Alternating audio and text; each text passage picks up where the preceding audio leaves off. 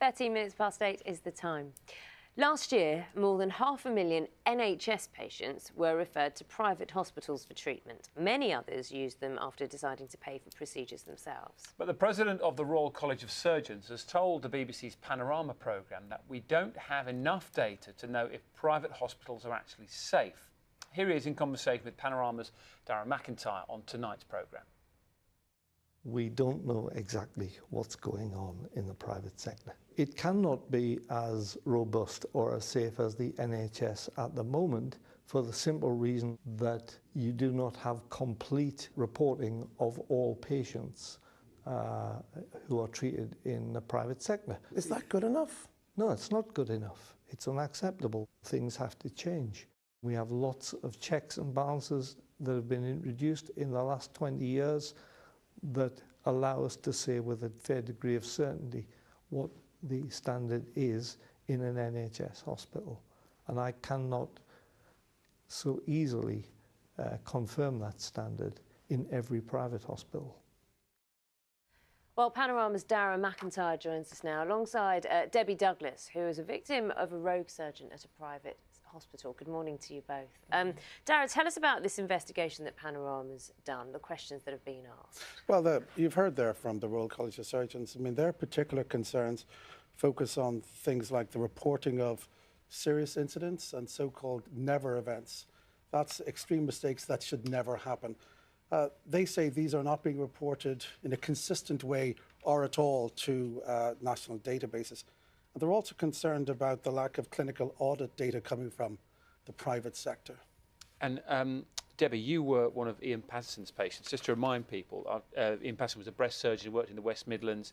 In May of this year, he was convicted of 17 counts of wounding and intent and 3 of wounding. He was sentenced to 15 years in prison for that. Can you tell us a little bit about what happened to you? What was that sort of procedure like? Yeah, I was told that he was a very competent surgeon by the people that worked at Spire. I was told I was lucky to have him.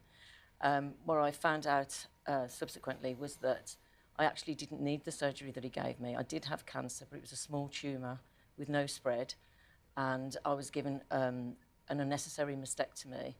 I was given a wide local excision which removed all my lymph nodes and an immediate reconstruction. And I was also given chemotherapy that I didn't need.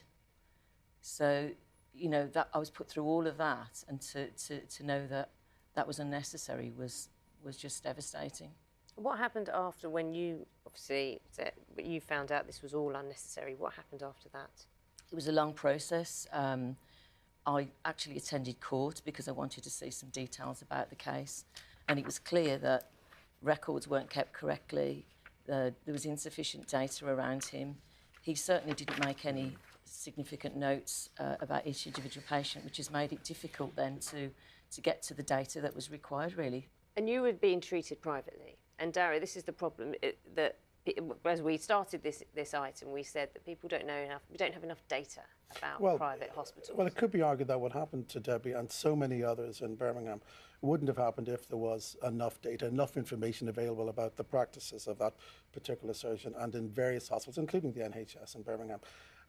Now, I should tell you that we put this to the industry, and the industry said to us that when it comes to data, they are getting better at it. More of it is coming available, and when it does, they are putting it up there. And they also say that when it comes to safety, well, they take safety every bit as seriously as the NHS does. We did find it difficult to get anyone from the industry to speak to us on camera. And one insider told me in an interesting aside, they said, Darragh, the reason for that is because people in the industry agree with the Royal College of Surgeons on this. Okay. Debbie, from your perspective, did you assume that obviously you decided to go private and have that operation on the recommendation of others? Did you assume that the same sort of cover would exist in a private hospital as it would in the NHS? Absolutely. I mean, I had private healthcare through work, and I assumed that I would get the best treatment. I assumed that when he told me that my pathology results were ready in 48 hours, that's because the private sector is so great. What I didn't realise was there's no way they could have been ready in 48 hours. And when I was told Mr. Patterson would take 6 to 7 hours to do this operation, and he did it in 3 or 4 hours with his plastic surgeon, that was really good because he's got faster.